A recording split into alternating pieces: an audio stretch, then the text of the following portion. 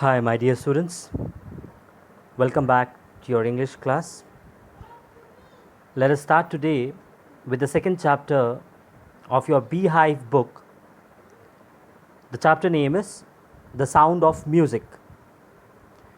If you see in your text, this chapter has got two parts, particularly describing about the life story, or you can say an autobiography about two famous personality.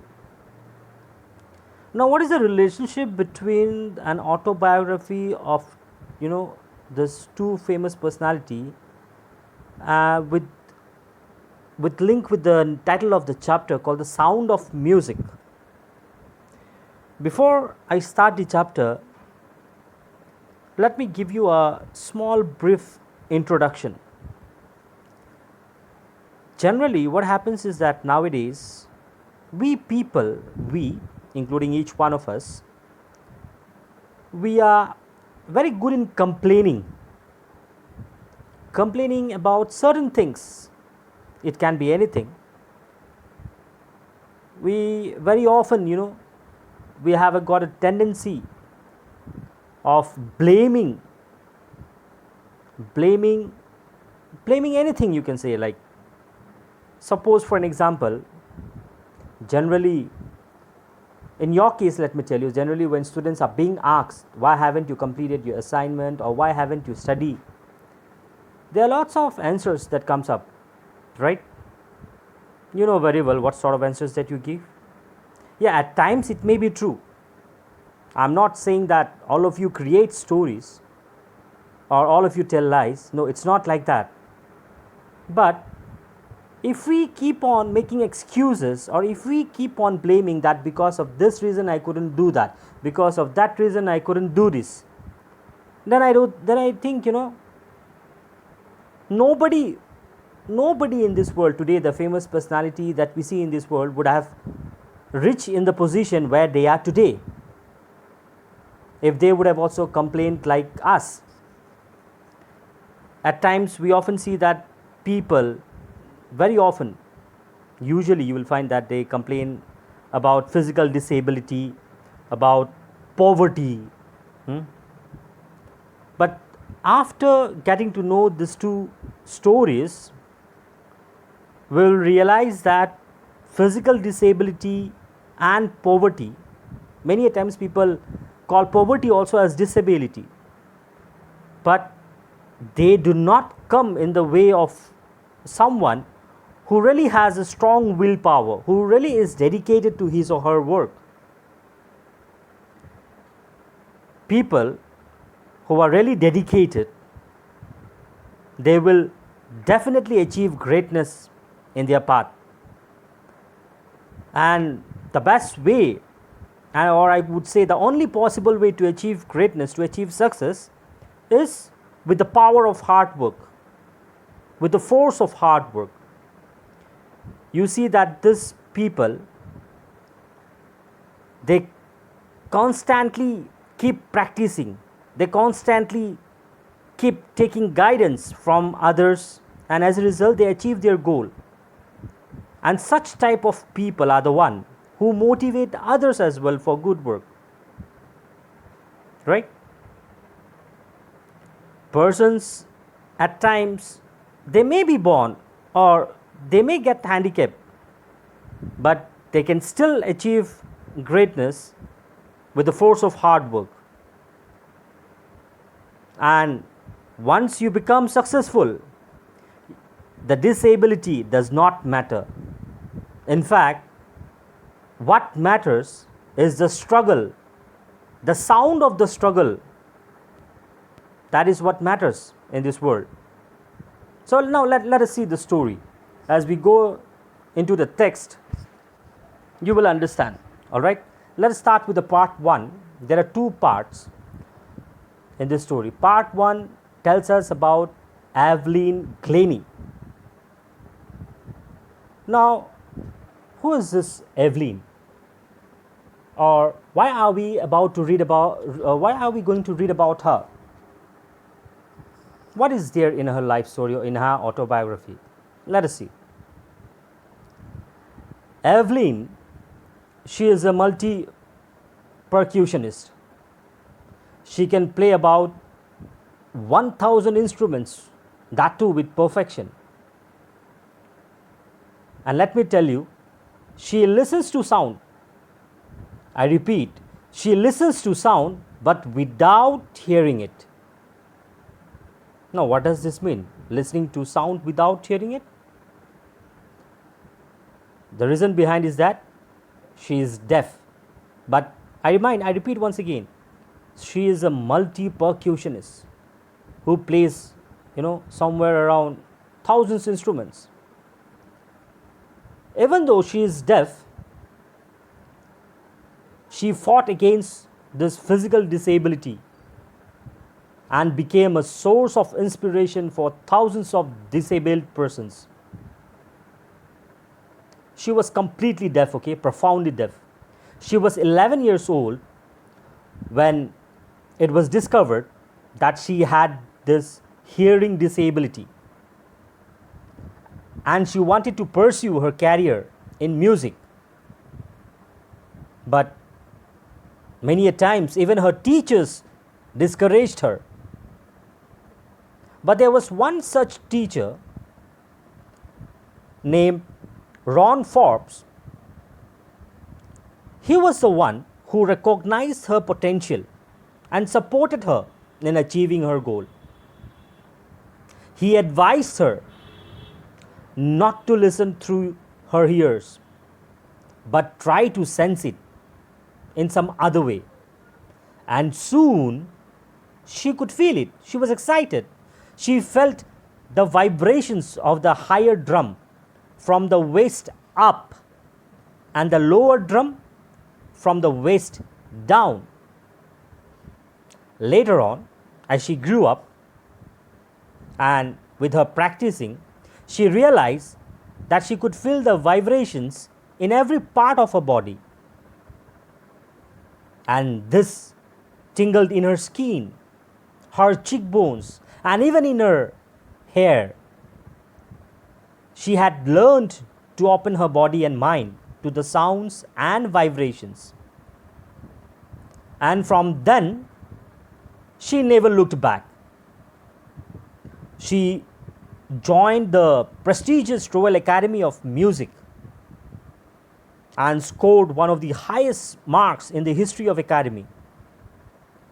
She worked hard with strong determination and she got right to the top. In 1991, she was presented with the Royal Philharmonic Society's prestigious Soloist of the Year award. Apart from the regular concerts, Evelyn also used to give free concert in prisons and hospitals. She is a kind of a shining inspiration for the deaf children. And she has accomplished more than most people twice of her age would have. She has earned name in orchestra. She has inspired those who are handicapped and made them believe that if Evelyn could do, why not they? So see, as I told you, that hard work, determination will definitely lead you to top. So it all depends upon your struggle. And this particular personality, Evelyn Glennie, she have risen from bottom and reached the top just for the quality that she had. Now let us see what is the second part all about? The Shehnai of Bismillah Khan.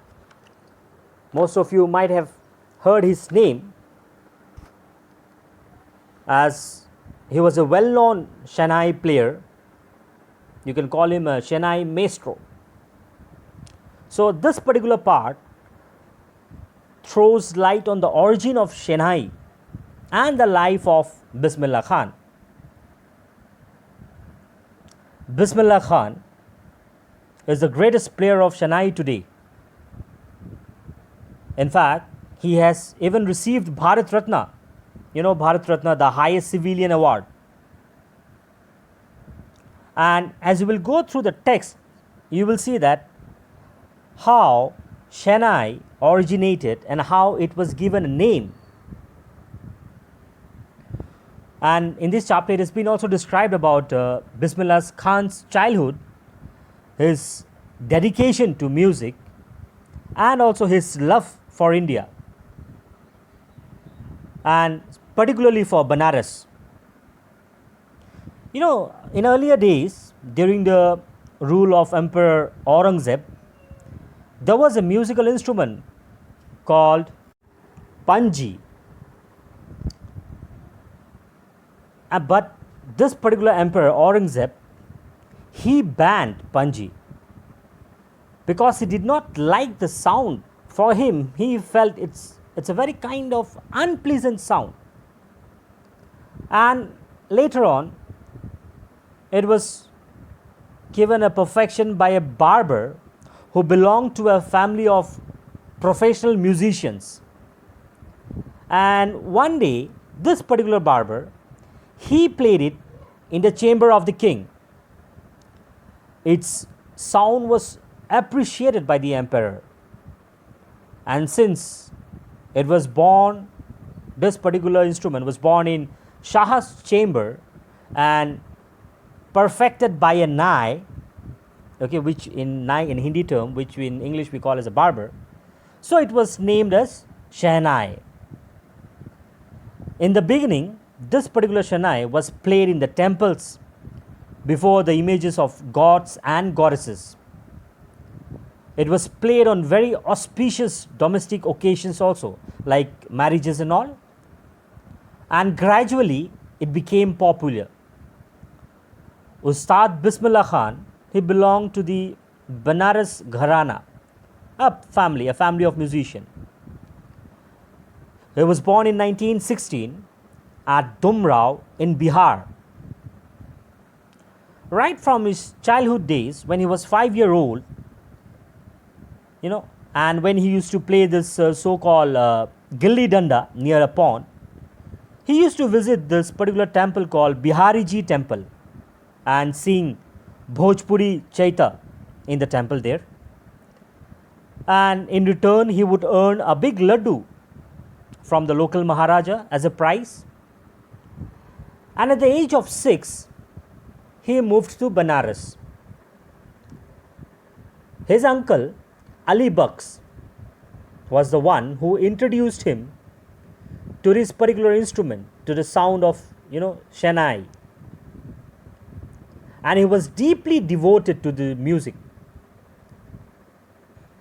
He used to spend most of his time practicing on the bank of river Ganga. He refers to Ustad Bismillah Khan. And the themes of his music are deeply affected by the flowing water of Ganga. He even got the Best Performer Award at the All India Music Conference in Allahabad in the year 1930. In 1937, Ustad Bismillah Khan bagged 3 medals at a music conference in Calcutta, which we now call as Kolkata. He was also invited by Pandit Nehru to play the Shehnai from the ramparts of Delhi's Red Fort in 1947. And he won many international awards as well. Bismillah Khan is very much fond of Banaras and Dumrao. In fact, once it so happened that he got an offer from one of his students, but he declined that offer. His students offered him to settle in US, United States, but he said no.